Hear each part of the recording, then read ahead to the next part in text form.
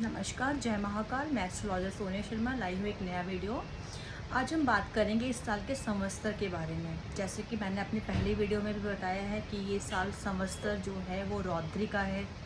इस साल की जो राजा है वो जुपिटर है, देवगुरु बृहस्पति, और मंत्री हैं मंगल। समझेंगे पहले हम जुपिटर और मंगल का कॉन्सेप्ट। देखिए, जब भी देवगुरु बृहस्पति जी राजा बनते हैं तो धर्म को लेके बड़े परिवर्तन होते हैं।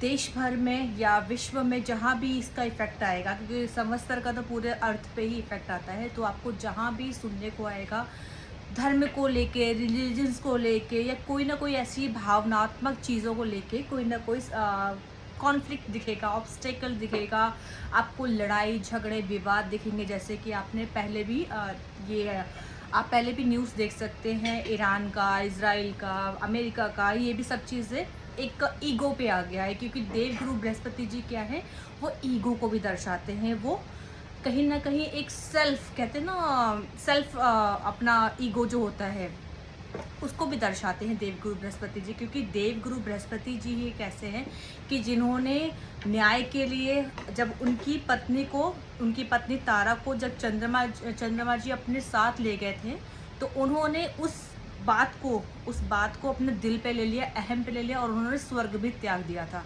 इसलिए देवगुरु बृहस्पति को कहते हैं कि अगर बात आत्मसम्मान पे आ जाए तो वो स्वर्ग भी त्याग सकते हैं। इसलिए आपको जो भी जुपिटर से रूल्ड होंगे उनको लगेगा कि वो 1 मिनट में हर एक चीज़ को त्याग देते हैं। ये नेचर आपको जुपिटर वालों के अंदर दिखेगा।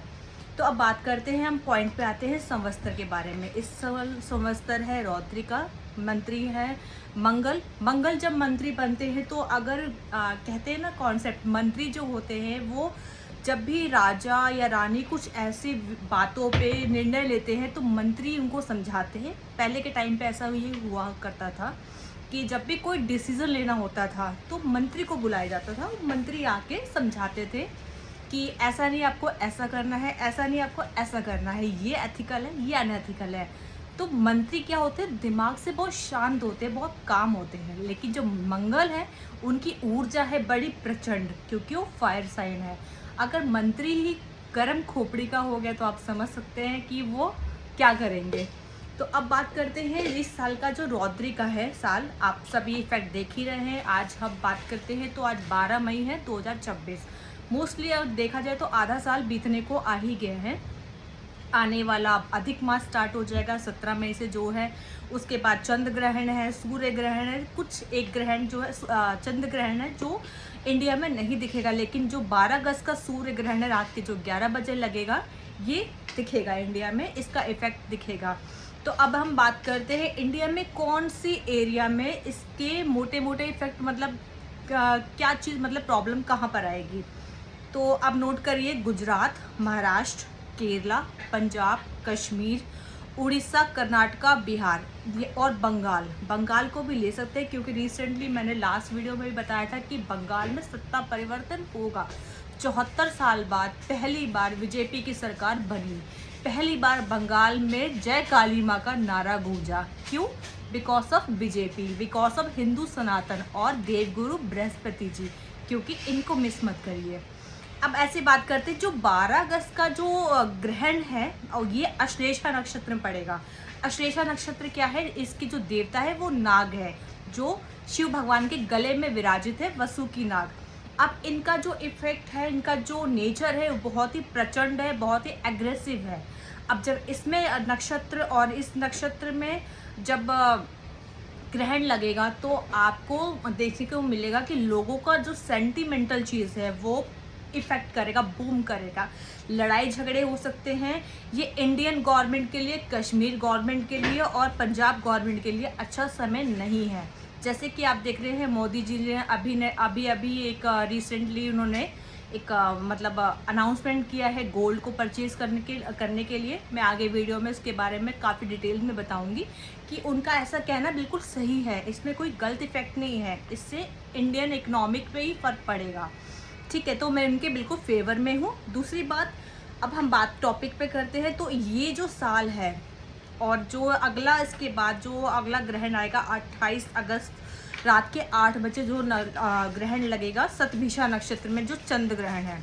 अब सतभिषा का नक्षत्र आपको याद है, ये 3 मार्च को भी आया था और ये सब चीज़ सत्ता परिवर्तन, पलटवार, ये सब चीज़ें देखने को सिनेरियो मिला था। आगे भी वैसा होगा।